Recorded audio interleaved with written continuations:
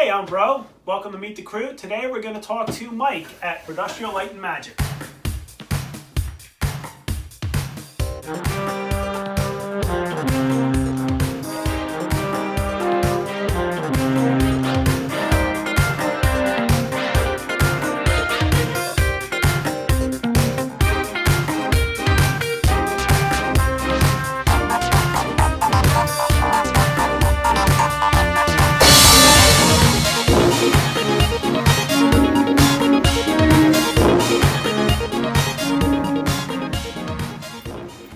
All right, so Mike, Hey, welcome to Meet the Crew here. it's awesome to be here. I've been here many times, but this is great to be doing this. Why don't we start off, just tell us a little bit about yourself. My name's Michael Maloney, and I am a creative director and art director. I've been in the advertising industry for years and always interested in Star Wars, so I slowly made my way into it. First thing I did was looked up building a full-size R2-D2, and I came across the Astromech forum, which led me deeper and deeper into the realm, which brought me to here. So that's what led you into making costumes and props, or how did you transition from that into making costumes? So I've been a fan, like a lot of us, since 1977, since seeing Star Wars for the first time, and fell in love with it, and always saw the quality of the toys and the costumes at the time, and always felt, well, we could do better than this. Unfortunately, we didn't have the internet back then, so we weren't able to research and find other ways to do things. So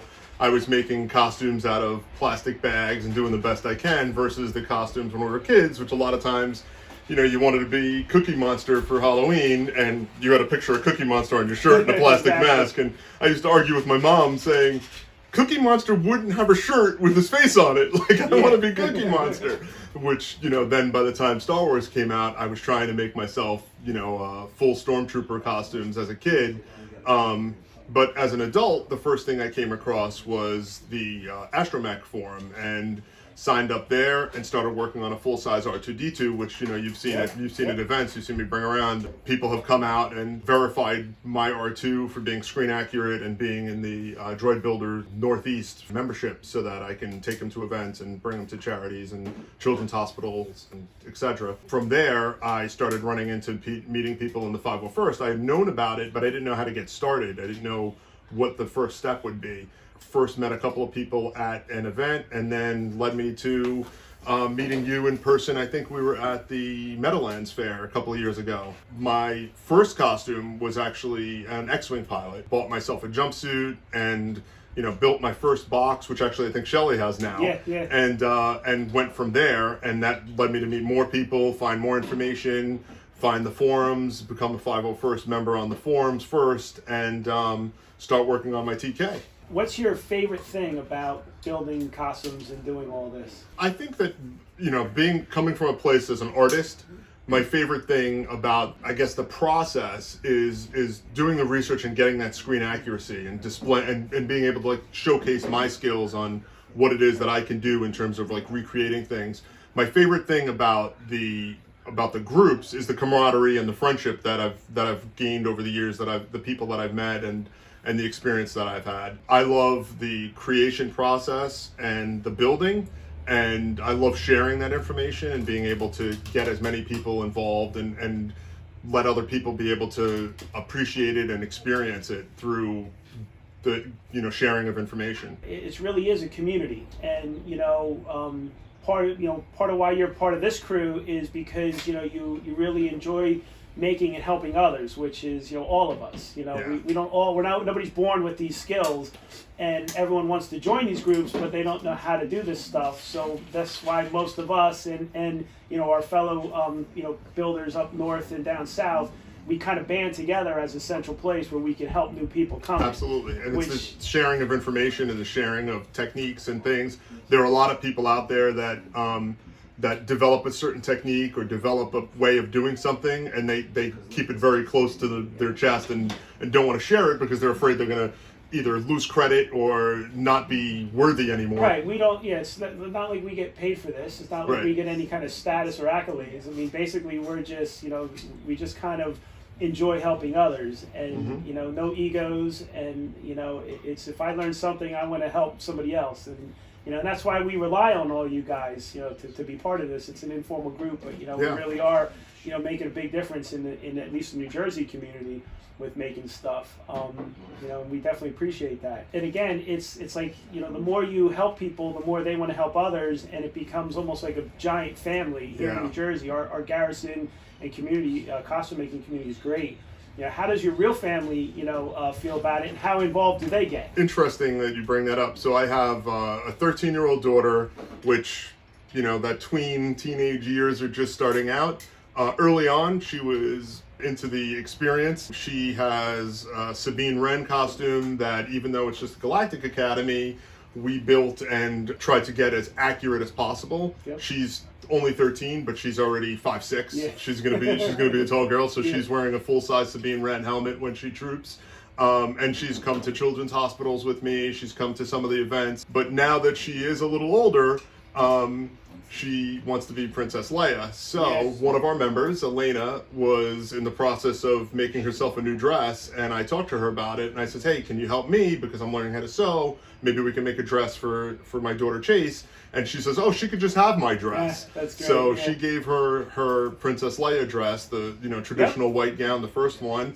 Her and I made the belt. We went to Tandy Leather. We got some white leather scraps, made some aluminum plates for it. That outfit, again, she's a Galactic Academy, but the way we built that to the standards of, you know, let's go for screen accuracy and let's go for Rebel Legion approval and do the best we can. So she's at that stage. Rome, my 10-year-old son, is a little all over the place. He is one day asking me to build something for him, and then the next day he wants a costume from Troll Hunters, and then you know, a week later, and he like me has a very discriminating eye, and he will look at something and go, yeah, that looks pretty good, and I'm like, pretty good. And he's like, well, you know, there's a shadow or there's a certain thing missing. So right now he's at that stage where he's into, you know, playing Halo or Call of Duty and those games online. So he's kind of going that way more. But he, you know, deep down, he's a Star Wars fan, thankfully, and so is my daughter. Yeah, I the same with, you know, our Logan. He's my, you know, my oldest apprentice here, and he, you know, he was big into it. Like you said, you know, guys our age, you know, we grew up in Star Wars in the 70s, 80s, and we had those costumes, the plastic bag and the paper plate face, you know, and we wanted more. And it's almost like we want more for our kids, whether they want it or not. So we're making screen accurate, you know, the little Django, the little X-Wings, the little, you know, Sabines, everything's got to be screen accurate. We take all those skills and scale it down. Absolutely. You know, and it's a great way to get that family involvement and go with that. Yeah, and my daughter's great too, because anytime that I needed to suit up for my approval shots for my TK or for my heavy weapons trooper, she is right down there. She's like, oh, you're going to put everything on? She's like, okay, remember, you got to put your shin on first before you put your shoe on. And she's on top of it, and she's great about that stuff. Like I said, Rome is at that age where, you know, he wants to be involved only so much, but the nice thing is that he does appreciate the quality and the screen accuracy and you know, and going for that. The other great thing too is, as we grew up on Star Wars, they're now growing up on this whole new generation of movies, these sequels that are coming out, The Mandalorian, which is huge.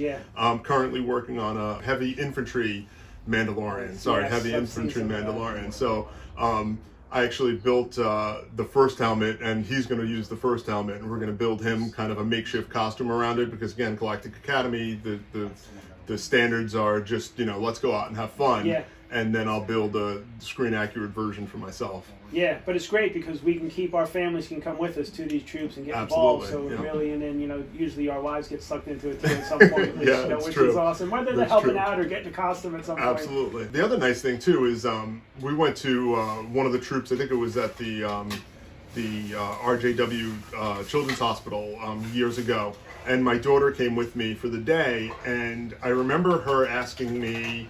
At the time, she was much younger, but I remember her asking me what the word charity meant. And I explained it on the way home, and I explained that, you know, we used our time, you know, gas money, toll money, the time for the day. We could have been home watching cartoons or doing anything we wanted to, but we went down there and we made all of those people happy. And it was actually funny. She actually said to me, she interrupted me, and she said, think about how happy we made those people when they saw us. and that was all I needed to say. I mean, Yeah. she learned the lesson just by coming with us, so it was just a great teaching tool. Yeah, that's what it's all about. You know, the trooping. You know, whether it's Yep. helping other people learn new skills that they can then pass forward with their costumes, or trooping. That's what it is. Yeah. What's some other new projects you have? If you're willing to share, I know a lot So, of us. sure, no. We're not a secret society, and we don't hold, like you said, we don't Yeah. hold information or how we build it back from anybody. Right. But sometimes we do wait till we get a little further along in the project before we go, hey, look what we're making. We don't want to reveal So, is there things too anything soon. that you're making now that you want to share? Yeah, actually, and I'm sorry I didn't bring them with me today. I'm working on a Wicket project. I shared a little bit of this on my Instagram and put up a YouTube video recently. But basically, I had come across years ago an Instructable on how to make an eye mechanism. And I thought, wow, this is really cool. You can make this remote control eye mechanism and make it move. And the guy had put all the information up online and, again, shared the information. And I thought, this would be awesome, but I don't really want to make a human eyeball mechanism Right. and have a human. What can I use this? What can I apply this for? And probably about a year ago, you and I had talked about making an Ewok, and I thought it would be great to bring an Ewok with us Yep. to troops and have him, as a statue. And I thought, what a great combination to put together and have an Ewok whose eyes can blink and his Yeah. eyes can move. And that's what I'm currently in the process of building. His body is almost done. I'm working on his hands at the moment, and I'm working on a mechanism to make his head turn so that he could look around. So now I'll have R2-D2 at troops, and R2-D2 is fully remote control, and he could drive around. And the Ewok will be able to look around, turn his head, and blink. And I specifically made him so that his body is made out of a combination of EVA foam and couch cushioning, Yep. the upholstery foam, Yeah. so that he's huggable. So I That's really want great. just kids to be able to go and give him a hug and not worry about him falling down. I put some weights in his feet so he's very sturdy and stable, and little kids will be able to go give him a hug. He's going to be covered in fur head to toe, which is great. Yeah, that's great. Like I said, having guys like you are definitely crucial to our crew because, you bring more than just, being able to put a costume together. You got it all. You got the art department, you got the Photoshop skill, the computer stuff, Thank you. the electronics, we definitely need that because, like I said, you teach guys, you teach me something, I teach you something, Yeah. and then we teach somebody else something. So, Right, and pass it on, pass it forward, right? yeah. Thanks for being part of our crew, and thanks for taking the time to talk to us. But we should probably go check on them and see if they're making progress or broke something. Thank you. It's been a pleasure. All right, Go check man. on them. You guys breaking back here.